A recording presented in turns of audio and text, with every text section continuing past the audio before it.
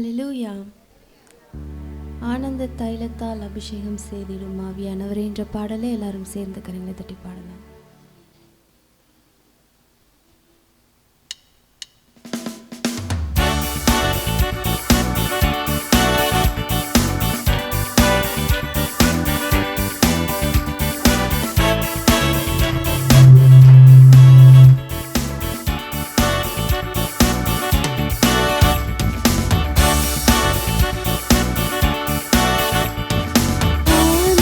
தைலத்தால் அபிஷேகம் செய்திடும்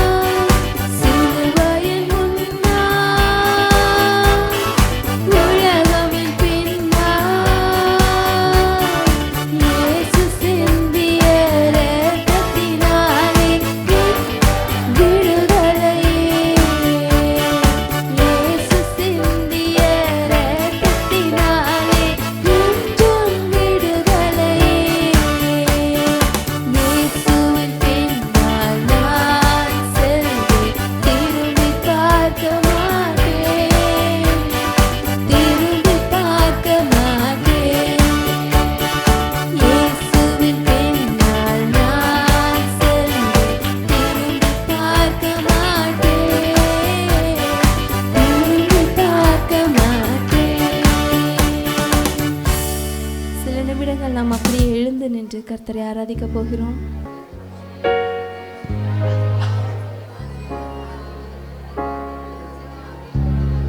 Thank you, Jesus. Hallelujah.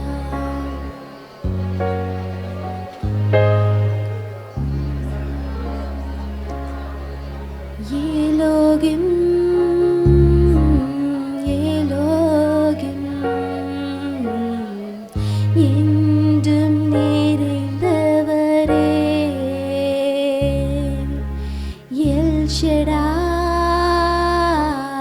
L Shaddai, நீ சர்வ வல்லவரே. கரங்களை உயர்த்தி சொல்வோமா?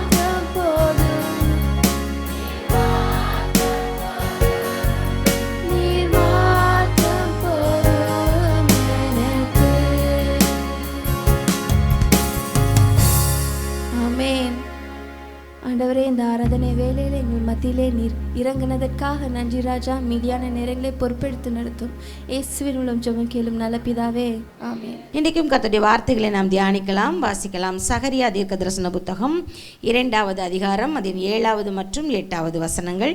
சகரியா 2, 7, 8 வாசிக்கலாமா? பாபிலோன் குமாரத்தினிடத்தில் குடியிருக்கிற சீயோனே, உன்னை விடுவித்துக்கொள், பிற்பாடு மகிமை உண்டாகும். அல்லேலூயா. கர்த்தருடைய வார்த்தை இந்த நாளிலும் நமக்கு வெளிப்படுகிற ஒரு விசேஷித்த காரியம். பாபிலோனிடத்திலே குடியிருக்கிற என் சீயோன் குமாரத்தியே, உன்னை நீ அந்த பாபிலோனிடத்திலிருந்து விடுவித்துக்கொள், பின்பு உனக்கு மகிமை உண்டாகும். உனக்கு பின்பு ஒரு அற்புதம் நடக்கும், ஒரு ஆசீர்வாதம் கிடைக்கும். நீ எதிர்பார்க்கிற சகல நன்மைகளையும் நீ சுதந்திரித்துக் கொள்வாய். ஆனால் அதற்கு முன்பதாக சியோன் என்று சொன்னால் தேவனால் தெரிந்து கொள்ளப்பட்ட அவருடைய பிள்ளைகள். பாபிலோன் என்று சொன்னால் உலகம், உலகத்தின் காரியங்கள், விக்கிரக ஆராதனைகள் நிறைந்த இடம், தேவன் விரும்பாத அருவருப்புகள் நிறைந்த இடம். அப்போ ஆண்டவர் தம்முடைய ஜனங்களை பார்த்து சொல்லுகிறார், நீ அங்கு குடியிருக்கிறாய், உன்னை நீ விடுவித்துக்கொள். அதாவது நீ அவர்களை விட்டு விலகு, பாபிலோனை விட்டு நீ விலகு, பின்பு பார், உன் மத்தியிலே நான் மகிமையாய் வெளிப்படுவேன் என்று கர்த்தர் சொல்லுகிறார். அல்லேலூயா. இந்த நாளிலும் கர்த்தருடைய ஆவியானவர் நாம் விலக வேண்டிய சில காரியங்களை, தேவனுடைய ஆசீர்வாதங்களை நாம் சுதந்திரிப்பதற்கு நாம் எந்தெந்த இடத்திலிருந்து விலக வேண்டும் என்கிற ஒரு 3 காரியங்களை நமக்கு சொல்லிக் கொடுக்க விரும்புகிறார்.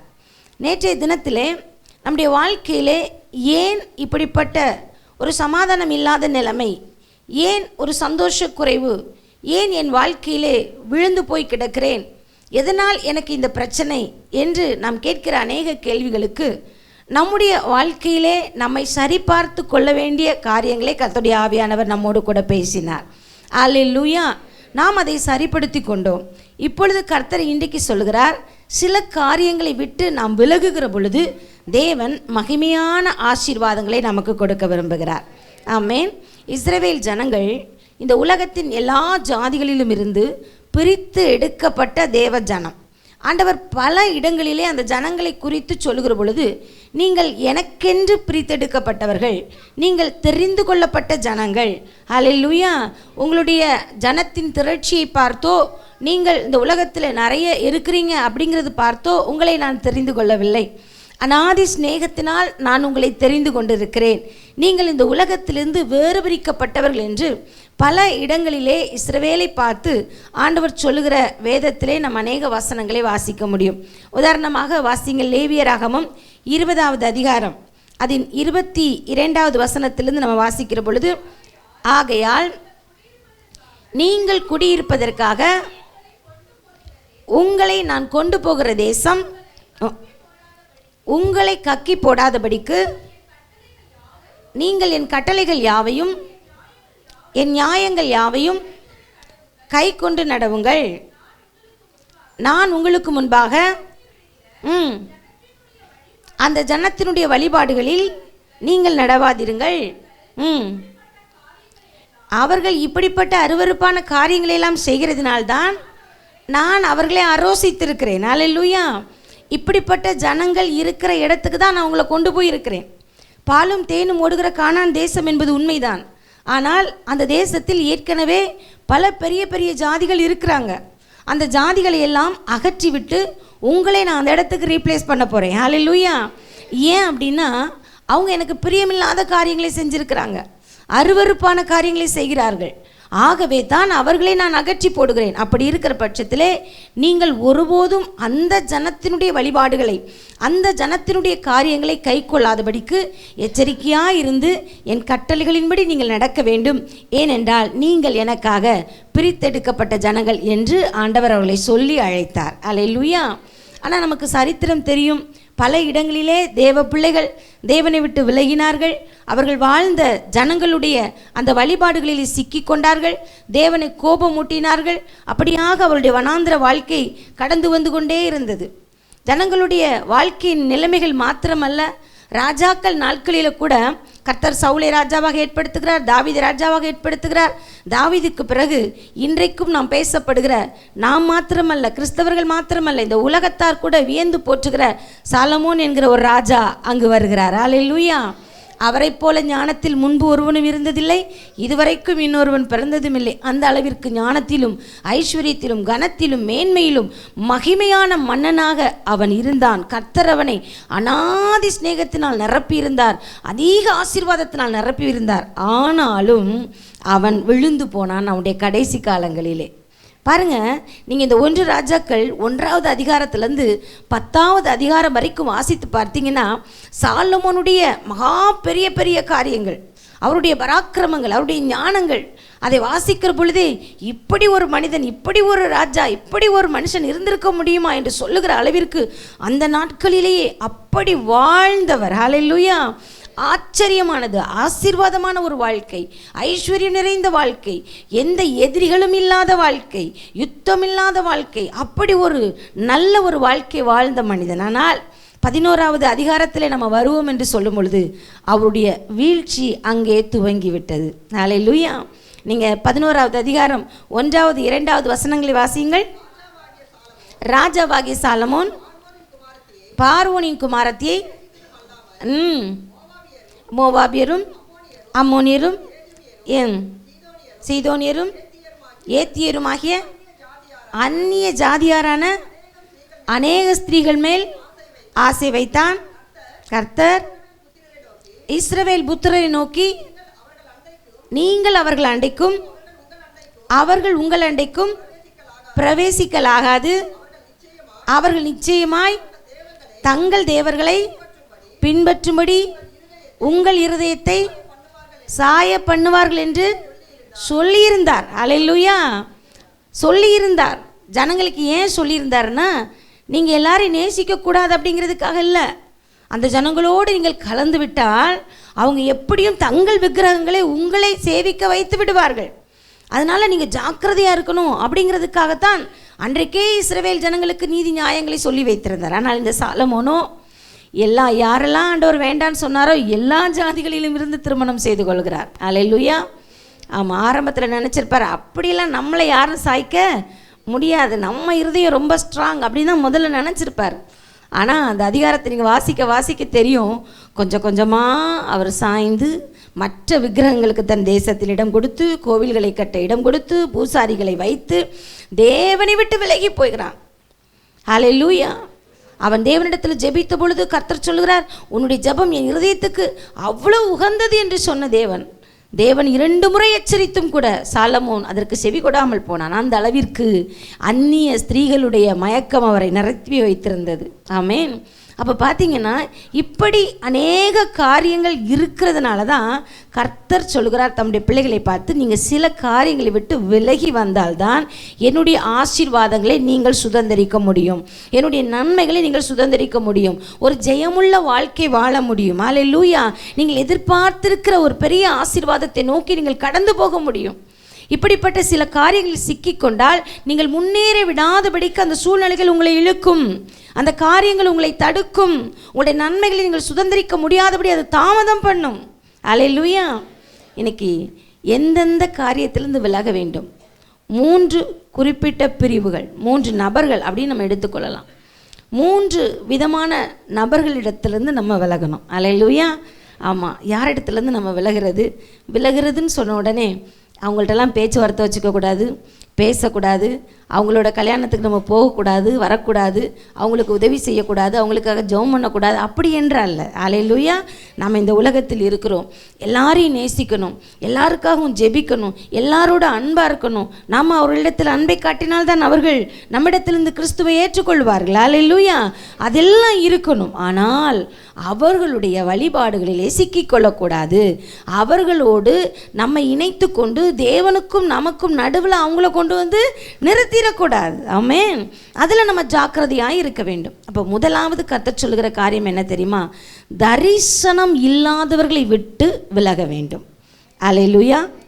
தேவ பிள்ளைகள் ஒவ்வொருவர் மீதும் தேவன் ஒரு பெரிய தரிசனத்தை வைத்திருக்கிறார். தேவன் ஒரு பெரிய திட்டத்தை வைத்திருக்கிறார். இந்த உலகத்தில் தேவன் நம்மை ரட்சிக்கிற பொழுதே சரி பாவம் அவங்கள ரட்சித்துட்டு போவோம், இல்லை எல்லாரும் உங்களை வெறுக்கிறாங்க அதனால இவங்களை ரட்சிப்போம், உலகமே பகைக்குது அதனால ரட்சிப்போம், வியாதியோடு இருக்கிறாங்க அதனால ரட்சிப்போம், அப்படிலாம் பரிதாபப்பட்டு இறக்கப்பட்டெல்லாம் நம்மை அவர் ரட்சிக்கவில்லை. அப்படி பார்க்க போனால் நம்மை விட பாவப்பட்டவங்க ரொம்ப பேர் இருக்காங்க, நம்ம விட நல்லவர்களும் நிறைய பேர் இருக்கிறாங்க. அல்லேலூயா. அவர்களையெல்லாம் விட்டு விட்டு குடும்பத்திற்கு ஒருத்தராய், ஜாதிக்கு ஒருத்தராய், குலத்துக்கு ஒருத்தராய், தேசத்துக்கு பல பேராய் நம்மை ஆங்காங்கே இருந்து தெரிந்து கொண்டு ரட்சித்து கொண்டு வந்திருக்கிறார் என்று சொன்னால் நம் மீது தேவனுக்கு பெரிய திட்டம் உண்டு. நம் மீது தேவனுக்கு ஒரு பெரிய தரிசனம் உண்டு. நம் மூலமாய் அவருடைய ராஜ்யத்திற்கு பிரயோஜனமாக அவர் எதையோ செய்வதற்கு சித்தம் வைத்திருக்கிறார். அதனால தான் நம்மை ரட்சிக்கிறார். அப்ப நமக்கென்று தேவன் ஒரு தரிசனம் வைத்திருக்கிறார். ஹல்லேலூயா. வேதம் சொல்லுகிறபடி குறித்த காலத்திற்கு தரிசனம் இன்னும் வைக்கப்பட்டிருக்கிறது. அது நிச்சயமாய் வரும். ஹல்லேலூயா. அதற்கு காத்திரு. அது தாமதித்தாலும் அது வரும், அது தாமதியாது. ஹல்லேலூயா. அது ஏன் அப்படி ஆண்டவர் சொல்கிறாரு? அது தாமதித்தாலும் வரும், அது தாமதியாது. ஏன்னா நம்ம எப்போ கரெக்ட் ஆகிறோமோ அப்போ அது தாமதியாது. நம்ம கரெக்ட் ஆகிற வரைக்கும் அது தாமதித்தாலும் நம்மளை கரெக்ட் பண்ணிவிட்டு அது வரும். ஹல்லேலூயா.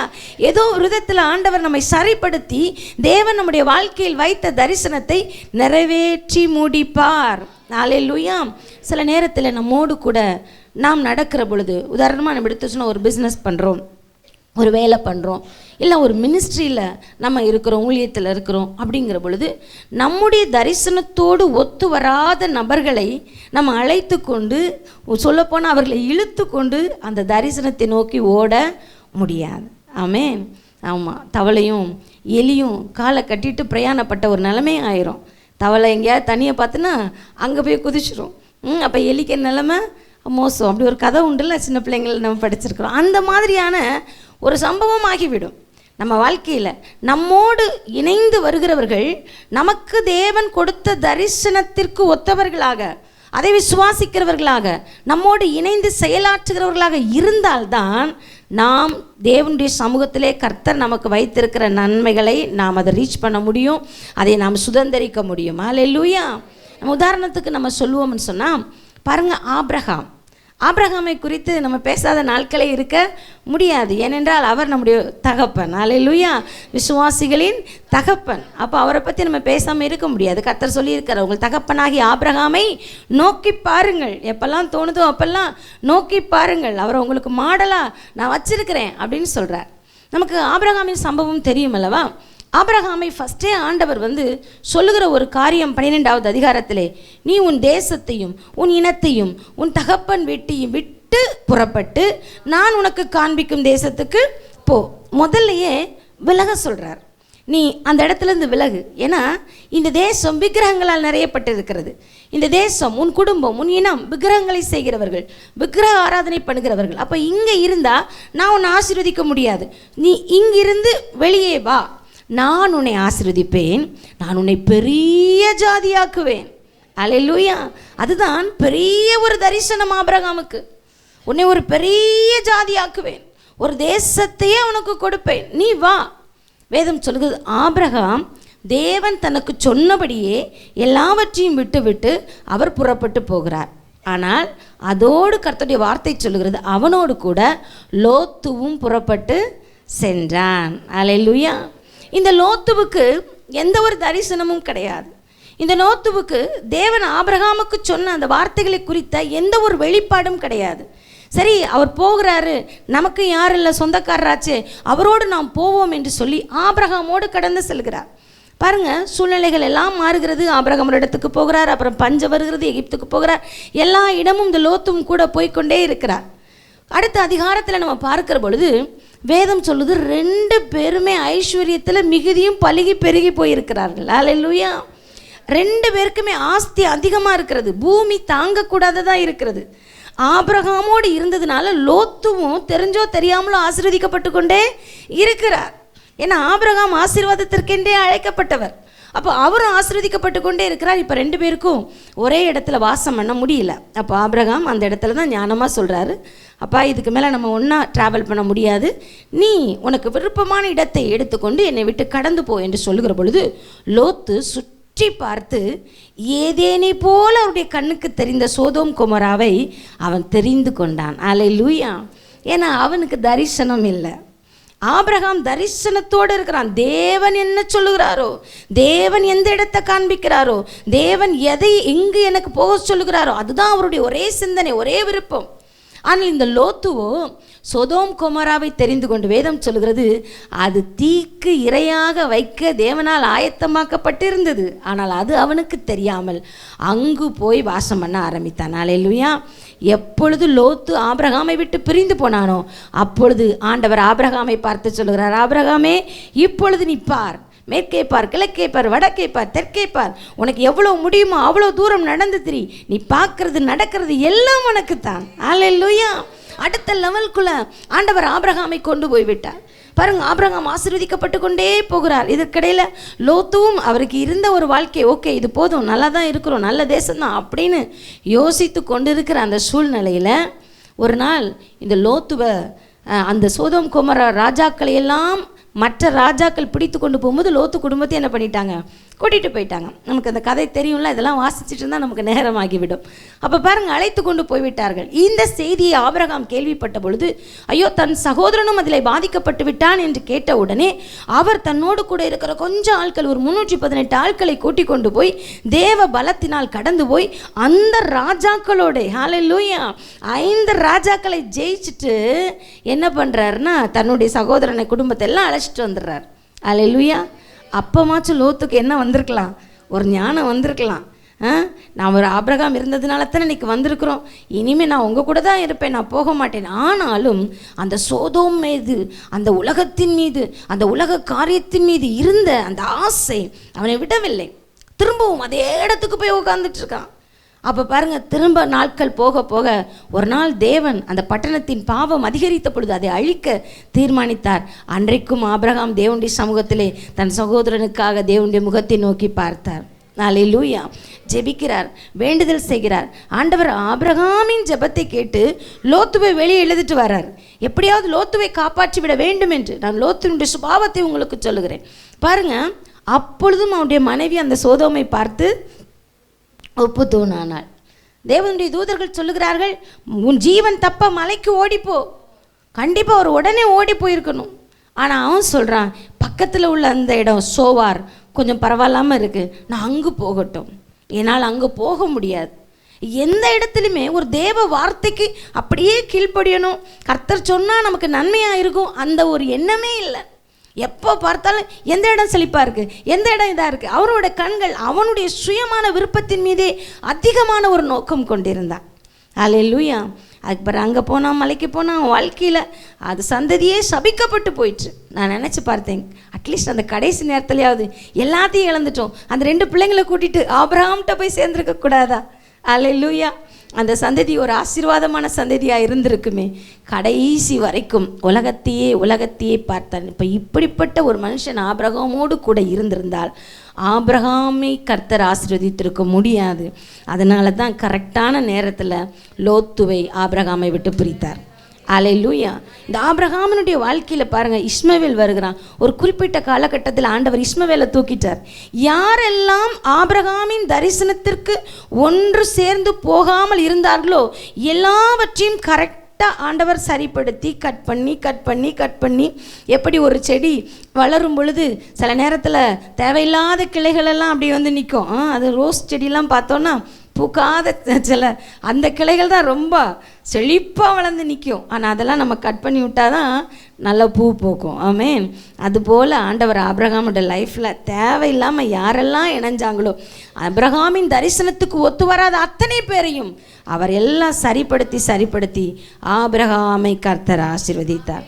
எனக்கு அன்பான தேவனுடைய பிள்ளைகளை, நம்முடைய வாழ்க்கையில் பெரிய தரிசனம் உள்ளவர்களாக நம்ம இருக்கணும். அல்லேலூயா. போதும், இந்த உலகத்தில் உள்ள காரியம் இவ்வளோ போதும்,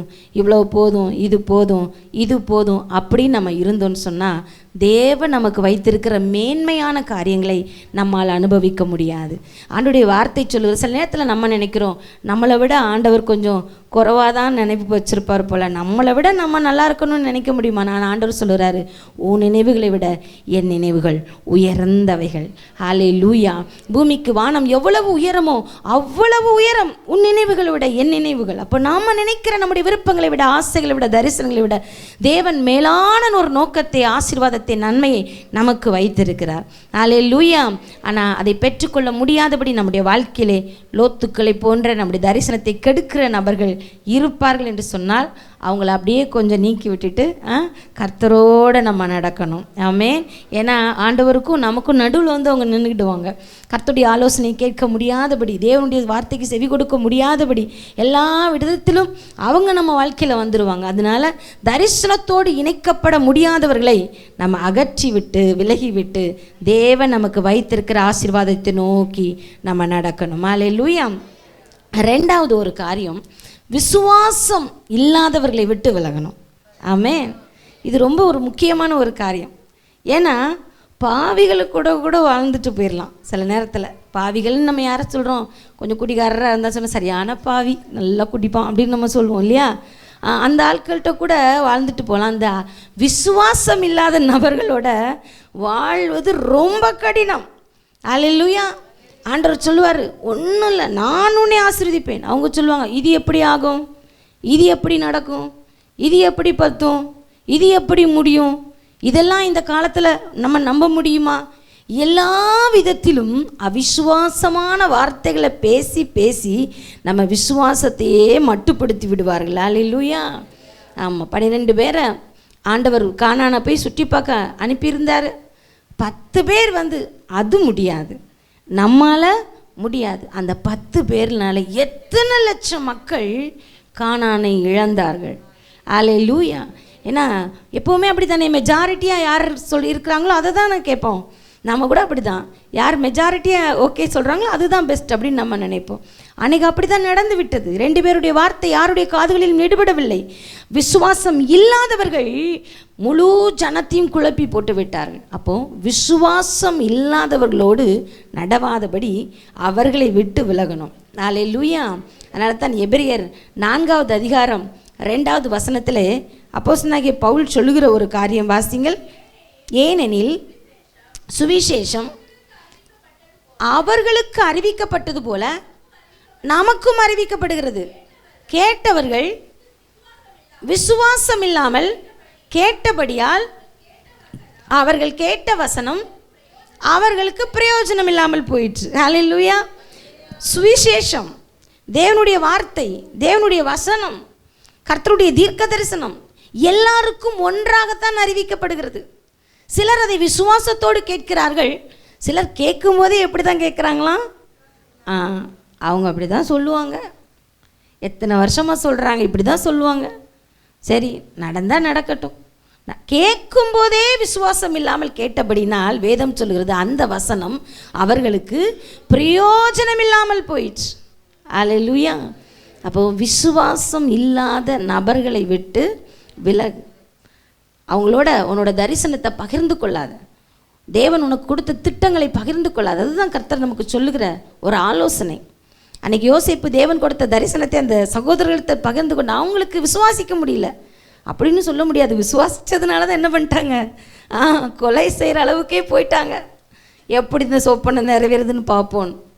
அப்போ சில நபர்களோடு நம்முடைய விசுவாசத்தை, எனக்கு இப்படி நடக்கும், நான் இந்த நிலைமையில் வருவேன், கர்த்தர் எனக்கு சொல்லியிருக்கிறார், நான் நம்புகிறேன் அப்படின்னு சொன்னால் அவங்க நம்மளை ரொம்ப விகற்பமாக பார்ப்பாங்க. விரலுக்கு ஏற்ற மாதிரி தான் வீங்கணும். இந்த உலகத்தில் நிறைய பழமொழி இருக்குது, அதெல்லாம் எடுத்துகிட்டு வந்து நம்மகிட்ட சொல்லுவாங்க, இப்படிலாம் இருக்கணும், அப்படியெல்லாம் இருக்கணும். அப்படி யாராகிலும் தேவன் மீது நாம் வைக்கிற நம்பிக்கையை குலைக்கும்படியாக நமக்கு விரோதமான வார்த்தைகளை பேசினால் அவர்களை விட்டு விலகுன்னு கர்த்தர் சொல்கிறார். ஹல்லேலூயா. பாருங்கள், நேரம் வேகமாக ஓடுது, நான் என்ன பண்ணுறது? ஹல்லேலூயா. ஆமாம், ஒரு எக்ஸாம்பிள் சொல்லணுன்னா அதனால தான் வசனங்கள் வாசிக்காமல் நேரடியாக சொல்லிட்டு போகிறேன். யோசபாத் அப்படிங்கிற ஒரு ராஜா இருந்தார். அவர் யூதா ராஜா, சரியா? இஸ்ரவேல் ராஜா ஆகாப். நமக்கு ஆகாப்பை பற்றி தெரியும், ஏசபேலின் கணவன். மகா கொடியவன், ஆண்டவருக்கு விருப்பமில்லாத அருவருப்புகளை தேசத்திலே கொண்டு வந்தவன். ஆனால் இந்த யோசபாத் நல்ல ஒரு ராஜா, தேவனுக்கு பிரியமான ஒரு மனுஷன், கர்த்தருக்காக எல்லாம் செய்வார். அதனால் ஆண்டவர் யோசபாத்தை ஆசீர்வதித்தார், யுத்தத்திலலாம் அவருக்கு வெற்றியை கொடுத்தாரு. அதெல்லாம் நமக்கு தெரியும் இல்லையா?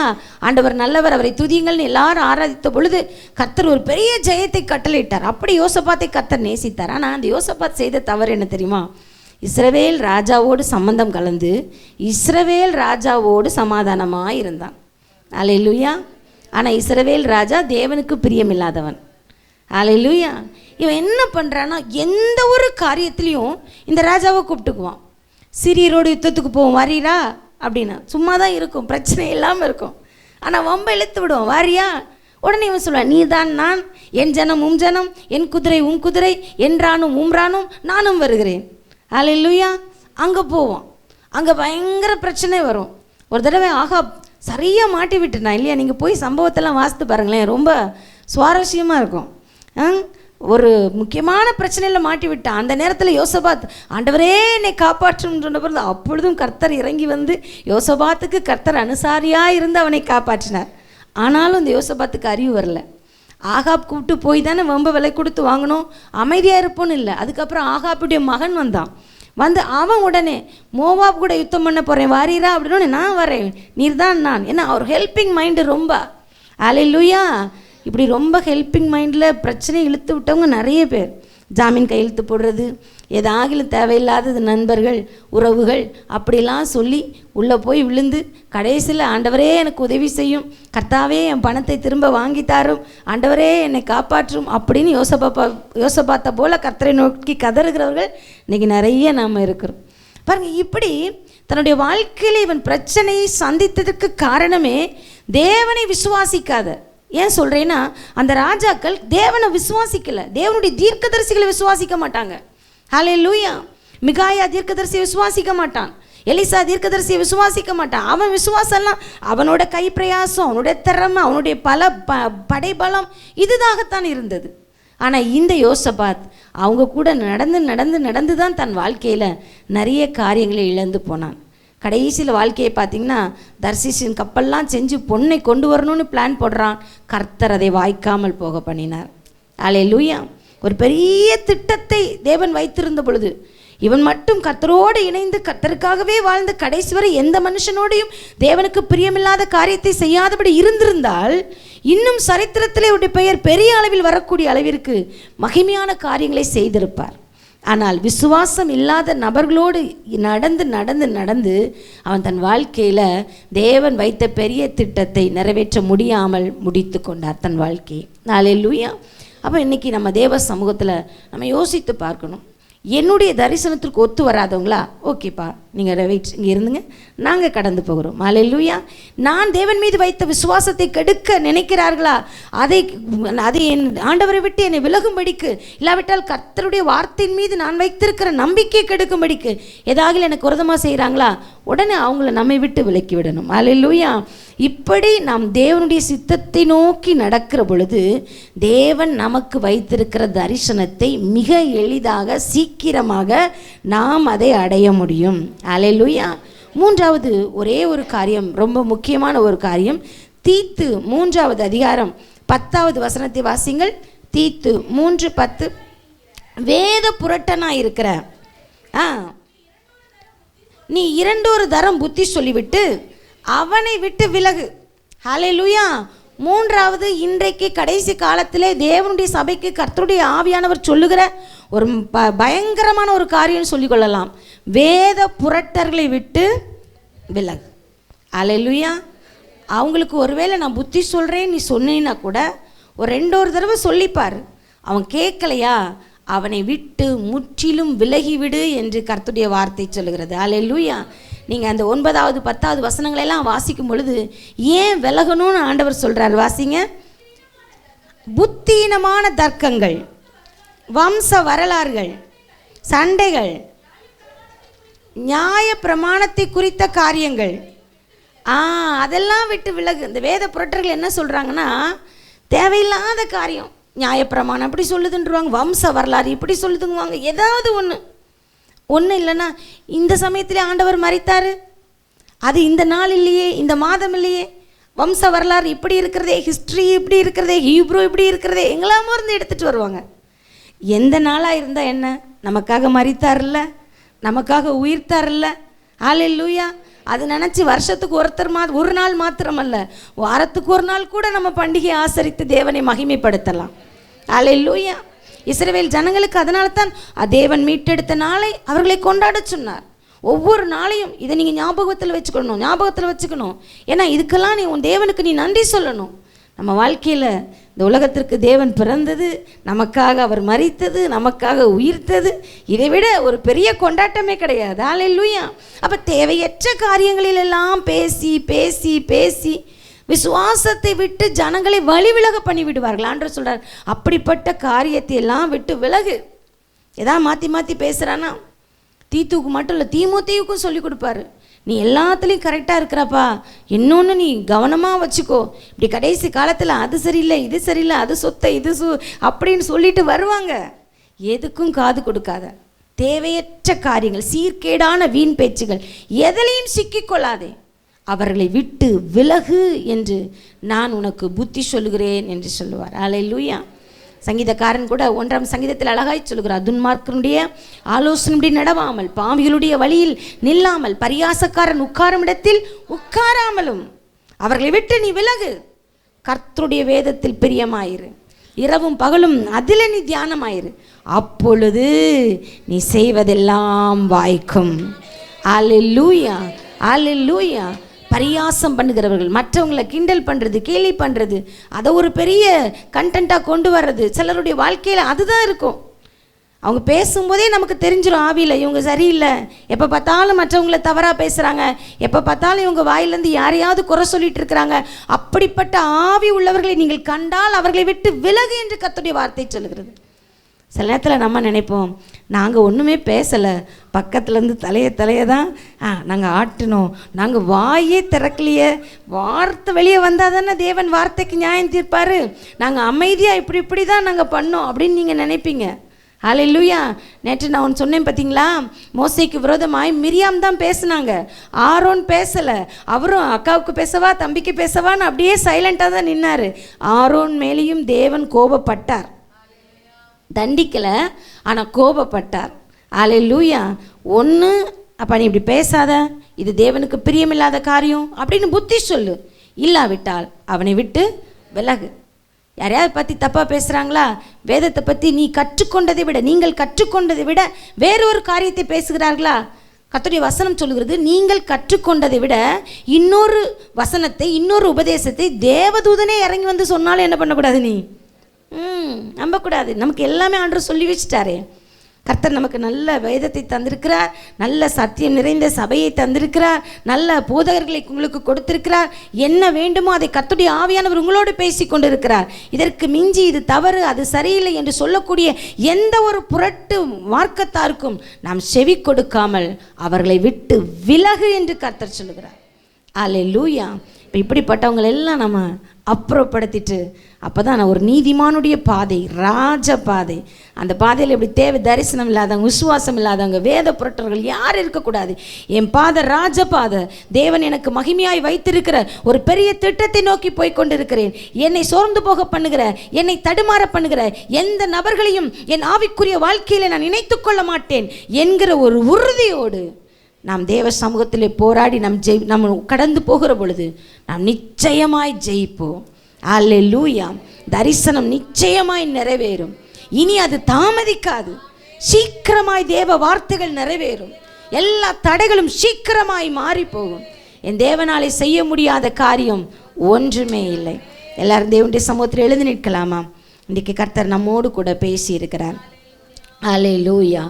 ஹல்லேலூயா. ஹல்லேலூயா. ஹல்லேலூயா. ஒரு விஷயம் நம்ம யோசித்து பார்ப்போம். ஒருவேளை இந்த மாதிரி ஏதாகிலும் ஒரு காரியத்திலே நாம் நம்மை நினைத்து கொண்டு நம்முடைய வாழ்க்கையில் தடுமாறி கொண்டு இருந்திருக்கிறோமா, இல்லாவிட்டால் நம்முடைய வாழ்க்கை அப்படி தடுமாறி கொண்டு இருக்கிறதா? ஹல்லேலூயா.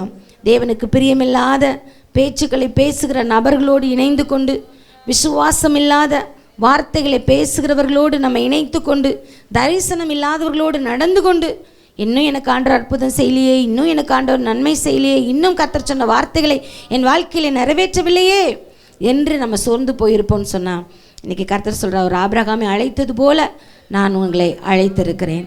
அல்லேலூயா.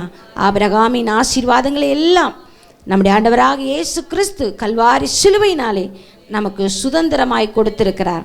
யாரெல்லாம் விசுவாச மார்க்கத்தாரோ அவர்கள் எல்லாரும் ஆபிரகாமின் சந்ததி.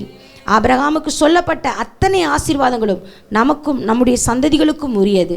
இன்றைக்கி தேவனுடைய சமூகத்திலே நம்மை நாமே ஆராய்ந்து பார்த்து, அல்லேலூயா, என் வாழ்க்கையில் தேவனுடைய தரிசனத்தை நிறைவேற்ற முடியாதபடிக்கு ஏதெல்லாம் தடையாக இருக்கிறது, யாரெல்லாம் தடையாக இருக்கிறாங்க, எந்தெந்த சூழ்நிலை எனக்கு தடையாக இருக்கிறது, நான் எல்லாவற்றையும் விட்டு தேவனை மட்டும் பின்பற்றி தேவனுடைய சத்தத்துக்கு மட்டும் செவி கொடுத்து தேவனுடைய ஆலோசனைக்கு மட்டும் கீழ்ப்படிந்து, அல்லேலூயா, தேவனுக்கு மட்டும் எல்லாவற்றுக்கும் மேலாக முக்கியத்துவம் கொடுத்து, ஆமேன், நான் அவரை நோக்கி இனி நான் ஓட போகிறேன்.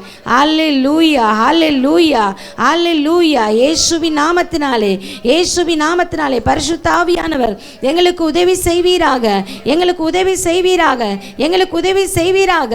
அல்லேலூயா. எங்களுக்கு விரோதமாக இப்படிப்பட்ட சூழ்நிலைகளை சத்துரு கொண்டு வந்திருப்பான் என்று சொன்னால் அவைகள் எல்லாம் எங்களை விட்டு மாறி போகட்டும் அப்பா. ஆமேன் ஆண்டவரே, ஆமேன் ஆண்டவரே. எந்த விதத்திலும் எங்களுக்குள் இருக்கிற ஆவியானவரை நாங்கள் துக்கப்படுத்தி விடாதபடிக்கு ஆண்டவரே, உம்முடைய திட்டத்தை நாங்கள் மட்டுப்படுத்தி விடாதபடிக்கு விசுவாசத்திலே பெருகி தரிசனத்திலே உருவாகி தேவனுடைய ராஜ்யங்கள் ஆண்டவரே கர்த்தாவே அந்த ராஜ்யங்களை கட்டி எழுப்பி தேவனுடைய திட்டங்கள் நிறைவேறுவதை நாங்கள் பார்க்க ஆவியானவர் எங்களுக்கு உதவி செய்ய வேண்டும் என்று ஜெபிக்கிறோம். இயேசுவின் நாமத்திலே ஜெபிக்கிறோம் அப்பா, இயேசுவின் நாமத்திலே ஜெபிக்கிறோம் அப்பா. எல்லா தடைகளும் இந்த நாளில் விலகி போவதாக, எல்லா கட்டுகளும் இன்றைக்கு உடைக்கப்படுவதாக, எல்லா நுகத்தடிகளும் முறிக்கப்படுவதாக. எங்கள் பாதையை கெடுத்து கொண்டிருக்கிற பொல்லாத வல்லமைகள் இயேசுவின் நாமத்தில் நிர்மூலமாகி போவதாக. அல்லேலூயா, ஹல்லேலூயா, ஹல்லேலூயா, ஹல்லேலூயா. நாங்கள் ஒரு வெற்றியின் பாதையில் ஓடிக்கொண்டிருக்கிறோம் அப்பா. இதுவரை இருந்த தடுமாற்றங்களோ தடைகளோ இனி எங்கள் பாதையில் இல்லை என்று அறிக்கை செய்கிறோம், இல்லை என்று அறிக்கை செய்கிறோம். இயேசுவின் நாமத்தினாலே கர்த்தர் ஒவ்வொரு காரியத்திலும் வெகு சீக்கிரத்தில் எங்களுக்கு செய்ய போகிற அற்புதங்களை நாங்கள் கண்டு உம்மை துதிக்க போகிறோம். எங்களுடைய விசுவாச கண்கள் திறக்கப்படட்டும் ராஜா, எங்கள் தரிசன கண்கள் திறக்கப்படட்டும். கர்த்தருடைய சத்தம் எங்கள் செவிகளில் கேட்கட்டும். ஹல்லேலூயா. மகிமை உண்டாகும் என்று எழுதியிருக்கிறபடி எங்கள் வாழ்க்கையில் உம்முடைய மகிமையை பார்க்க உதவி செய்யும் அப்பா. உம்முடைய பிள்ளைகள் ஒவ்வொருவரையும் தனித்தனியாய் பெயர் பெயராய் குடும்பம் குடும்பமாய் ஆசீர்வதியும். நாங்கள் இந்த நிலைமையில் இருக்க அல்ல நீர் எங்களை அழைத்தது, மேலான நோக்கத்திற்காக, மேலான திட்டத்திற்காக. அதை புரிந்து கொண்டு ஓட ஆவியானவர் எங்களுக்கு பலன் தருவீராக. ஒவ்வொருவர் மீதும் தேவனுடைய கிருபையும் தயவும் தங்கியிருக்கட்டும். ஆசீர்வாதத்தின் வல்லமை வெளிப்படட்டும். புதிய வெளிச்சம் இருதயத்திலே பிரகாசிக்கட்டும். உடைய சித்தத்தை அறிகிற அறிவினால் ஜனங்கள் நிரப்பப்படட்டும். உடைய கரத்தில் ஒப்பு கொடுத்து ஜெபித்து நாங்கள் ஆசீர்வதிக்கிறோம். நாளைக்கு நடக்கிற ஆராதனைகளிலே கர்த்தருடைய மகிமை வெளிப்படட்டும், அதிசயங்களை காணப்படும். இயேசு இரட்சகர் நாமத்தில் ஜெபிக்கிறோம் நல்ல பிதாவே, ஆமேன். என் ஆத்துமாவே கர்த்தரை ஸ்தோத்திரி, என் முழு உள்ளமையோடைய பரிசுத்த நாமத்தை ஸ்தோத்திரி. என் ஆத்துமாவே கர்த்தரை ஸ்தோத்திரி, அவர் செய்த சகல உபகாரங்களை மறவாதே. ஆமேன், ஆமேன். ஹல்லேலூயா.